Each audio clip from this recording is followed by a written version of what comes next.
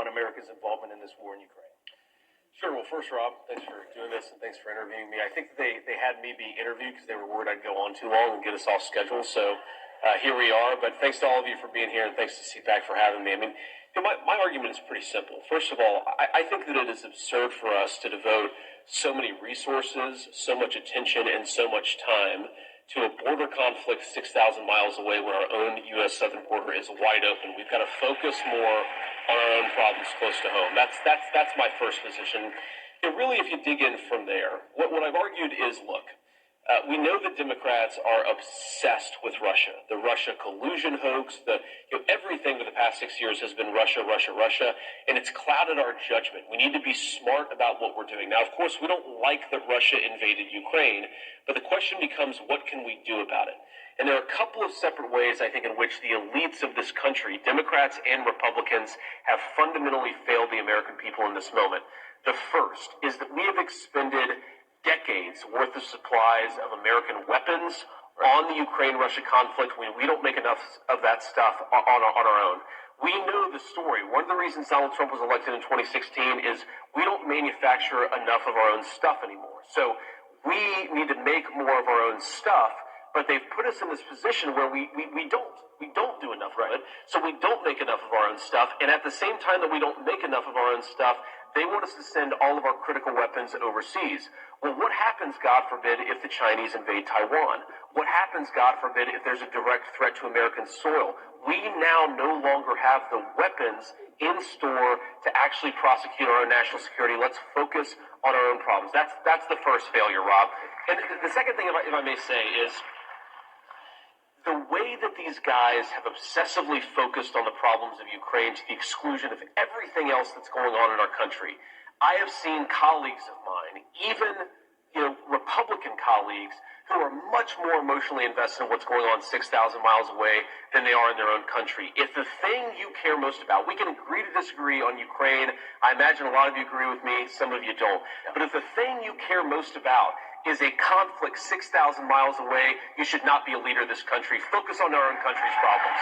And that was the crux of my question is, I mean, and especially that what you're describing is so evident in the Senate, I think, more than anywhere. I mean, it's what is that?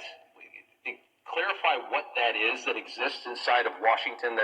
Why is it that when people go to Washington, they forget about the rest of the country?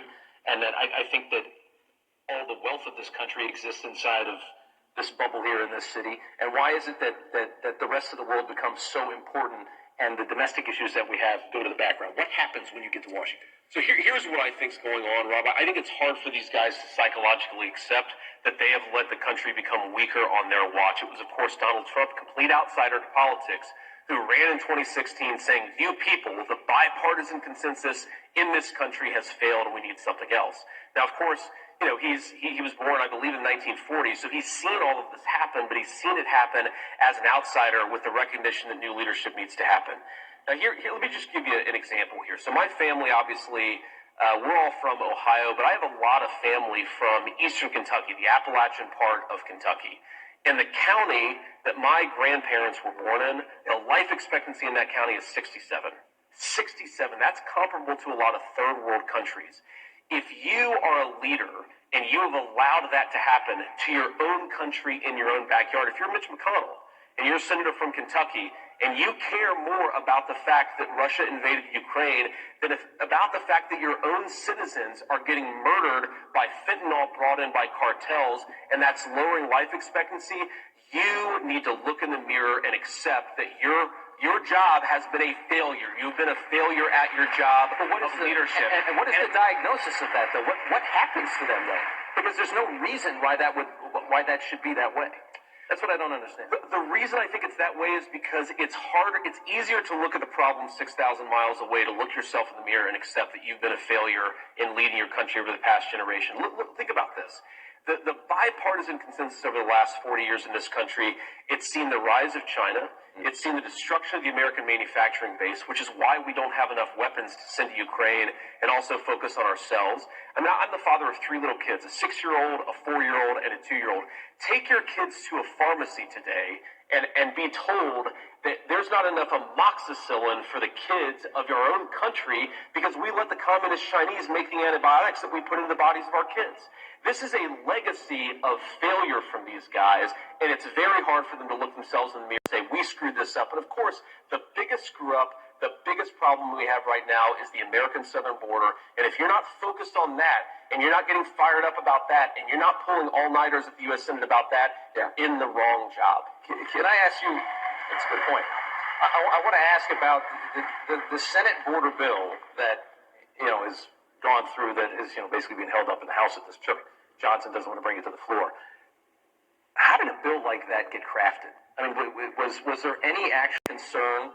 I mean, was it Chip that put it together? Was there any actual concern about the border, or was it just used as a ruse to get money for foreign wars? I mean, how did something like that happen? Oh, how much time do we have, Rob? This is, we could go a long time on this. Here's basically what happened. So, any negotiation, we're divided government, right? Democrats control the president.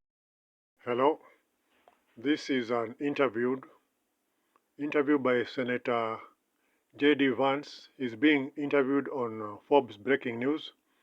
This is Senator J.D. Vance of Ohio. He's a Republican, and he's talking how America has been betrayed by her political leaders, both the Democrats and the Republicans. They care more about Ukraine, that is 6,000 miles away, than they care about the American people. He's talking about why America wants to send all the weapons, the best weapons that America has are already being sent to Ukraine. And he's saying that if America is invaded by any other country, or if America faces a national challenge from other countries, America will be not having enough weapons to conduct warfare against invading armies. He also says that America can no longer defend Taiwan if China decides to attack and invade Taiwan. And he's also saying that America no longer manufactures its own drugs and medicine. All of them are being manufactured from communist China. And even all the best components of weapons that America has been using to manufacture its weapons, they are all manufactured overseas in China and in other countries. Therefore, it shows that America has already declined as a nation. He's also saying that America politicians are more focused about Ukraine than what is happening in the southern border of America and Mexico, where millions of illegal immigrants are entering, and they're coming in with drugs, fentanyl, which has now killed hundreds of thousands of young people in America. So you can see that America has been betrayed, and America is going downwards on a downward trajectory. So this is a confirmation of what I've been telling you, that these are the judgments that are now coming upon America. It's the spirit of Babel, the spirit of confusion, whereby God has given America foolish leaders who cannot make wise decisions. And you can even see the way the president of America, Joe Biden, is behaving. This is somebody who is not even fit to be in office. So America is rotten from the head downwards. They normally say in Africa we have a saying that the fish rots, the fish gets rotten from the head. When a fish is rotting, the rotting or the decay begins from the head of the fish as it goes downwards. Therefore, America is rotten from the head, right from the White House to the Senate and the Congress, where the leaders have betrayed America and the leaders are foolish. So this is also part of God's judgment. So thank you so much, and please share this video with other people. God bless you.